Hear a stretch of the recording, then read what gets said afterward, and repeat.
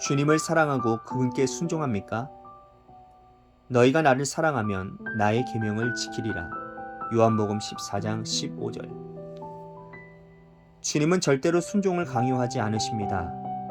주께서는 우리가 무엇을 해야 하는지 아주 강하게 말씀하시지만 절대로 강제로 시키지 않으십니다. 우리는 주님과 하나된 마음 가운데 주님께 순종해야 합니다. 바로 이러한 이유 때문에 주님께서는 제자도를 말씀하실 때마다 언제나 만일이라는 단어를 사용하셨습니다. 당신이 원하지 않으면 그럴 필요가 없다라는 뜻입니다. 아무든지 나를 따라오려거든 자기를 부인하고. 제자가 되려는 사람은 주님을 위해 자기 권리를 포기하라는 말씀입니다. 이는 영원한 신분이 아니라 우리의 현실 속에서 주님께 가치가 있는 사람이 되는 비결을 말씀하신 것입니다. 바로 이러한 까닭에 주께서는 엄중하게 말씀하십니다. 절대로 이 말씀을 하신 주님을 고려하지 않은 채 이 말씀을 해석하지 마십시오. 주님께서는 우리에게 규율을 주신 것이 아니라 주님의 기준을 명확하게 하신 것입니다. 만일 주님과 나와의 관계가 사랑이라면 나는 조금도 주저하지 않고 주께서 말씀하신 것을 행할 것입니다. 만일 주저한다면 이는 내게 주님 외에 주님과 경쟁 상대인 다른 사랑의 대상이 있다는 뜻입니다. 그 다른 대상은 바로 나 자신입니다. 예수 그리스도는 내가 그분께 순종할 수 있도록 돕지 않으시기 때문에 내가 그분께 순종해야 합니다. 주께 순종할 때 나는 영적 사명을 이루게 됩니다. 나의 개인적인 삶이 사소한 일들로 가득 차서 자질구레할지도 모릅니다. 그러나 내가 이러한 상황들 가운데서도 예수 그리스도께 순종하면 그 상황들은 하나님의 얼굴을 볼 수 있는 창문들이 됩니다. 언젠가 하나님과 얼굴과 얼굴을 배울 때 나는 나의 순종을 통해 수많은 사람들이 복을 받았음을 발견하게 될 것입니다. 하나님의 구속이 한 영혼의 순종으로 나타나면 그것에서는 언제나 창조가 발생합니다. 만일 내가 예수 그리스도께 순종하면 하나님의 구속은 나를 통해 다른 사람의 삶에 흘러가게 될 것입니다. 그 이유는 순종의 행위 뒤에는 전능하신 하나님의 실체 그리스도가 계시기 때문입니다. 주님은 나의 최고봉 새벽 묵상, 오늘은 12월 8일 주님을 사랑하고 그분께 순종합니까? 라는 제목으로 말씀을 나누도록 하겠습니다. 제가 늘 말씀드리는 것 중에 하나가 주님은 인격적인 분이시다 라는 말입니다. 인격적인 하나님은요, 우리를 로봇처럼 만들지 아니하시고 우리의 자유의지를 통해 하나님의 뜻을 순종하며 살 수 있도록 그렇게 만드셨습니다. 그래서 우리는 하나님의 말씀에 순종할 수도 있지만 그러나 내 마음대로 살 수도 있는 것입니다. 선택은 본인이 하는 거고요. 또한 그 선택에 따른 책임 또한 본인이 지는 겁니다. 제머스도요, 오늘 묵상을 시작하면서 주님은 절대로 순종을 강요하시지 않는다고 말을 합니다. 주께서는 우리가 무엇을 해야 하는지 아주 강하게 말씀하시지만 절대로 강제적으로 시키시지는 않으신다라는 겁니다. 그러면서 우리는 주님과의 하나가 된 마음 가운데서 주님께 순종해야 된다고 말을 합니다. 그러니까 하나님의 말씀에 순종할 수 있는 것은 우리 마음이 주님을 향하고 또 주님과 하나가 될 때에 가능하다라는 말이에요. 내 안에 다른 어떤 것들이 자리 잡고 있거나 다른 것을 향하고 있다면 주님의 말씀에 순종하기란 보통 쉬운 것이 아닙니다. 여간 어려운 게 아니에요. 제머스는 주님께서 우리에게 규율을 주신 것이 아니라 주님의 기준을 명확하게 하신 것이라고 말을 합니다. 만일 주님과의 나와의 관계가 사랑이라면 나는 조금도 주저하지 않고 주님께서 말씀하신 것을 행할 거라는 겁니다. 그러나 만일 내가 주저하게 된다면 이는 내게 주님 외에 주님과 경쟁하는 어떤 대상인 다른 사랑의 대상이 있다라는 뜻인데 그 다른 대상은 바로 나 자신이라는 거예요. 순종은요, 여러분, 사랑할 때 가능합니다. 사랑할 때 가능해요.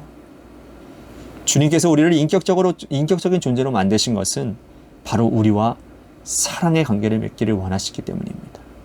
그리고 그 사랑의 관계가 올바로 맺어지게 되면 우리는 자연스럽게 주님의 말씀에 순종하게 될 수 있는 겁니다. 그런데 하나님과의 사랑의 관계를 맺는 데 있어서 가장 방해가 되어지는 것이 뭔지 아십니까? 죄악에 물들어 있는 나의 옛 자아입니다. 나는 이기적인 존재입니다. 우리는 본능적인 존재예요. 여기서 이 본능적인 존재라는 말은 죄로 망가진 존재라고 말하는 것입니다. 그 본능적인 존재는 지극히 이기적이고 또 개인적인 삶을 살려고 합니다. 누구를 사랑한다거나 누구를 위해 살지 못하고 철저하게 자기만을 위해 살려고 하는 거죠. 그런 옛자가 하나님의 사랑에 감복하여서 그 사랑에 붙잡힌 바 되면 하나님의 말씀에 순종할 수 있는 힘이 생기는 겁니다. 사람도요, 여러분 누군가를 사랑하게 되면 그 사람을 위해서 살지 않습니까? 영적으로도 그런 거예요.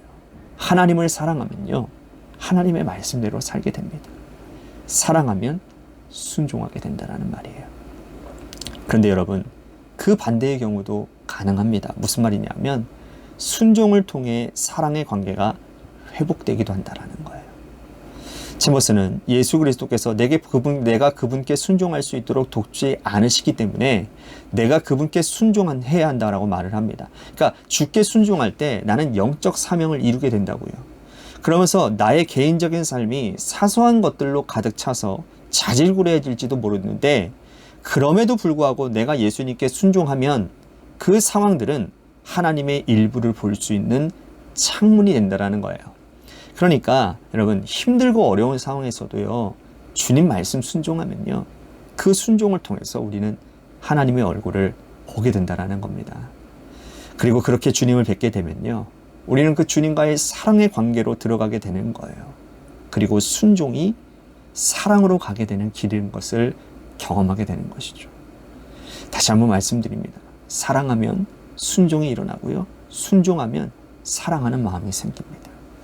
또 하나 디모스는 우리가 순종하면 내 주위에 있는 사람들이 하나님의 복을 받게 될 것이라고 말을 합니다.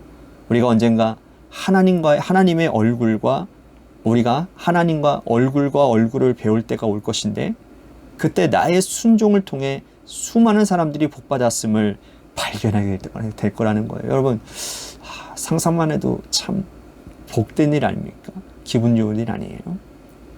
그러면서 하나님의 구속이 한 영혼의 순종으로 나타나면 그곳에서는 언제나 창조가 발생한다는 거예요.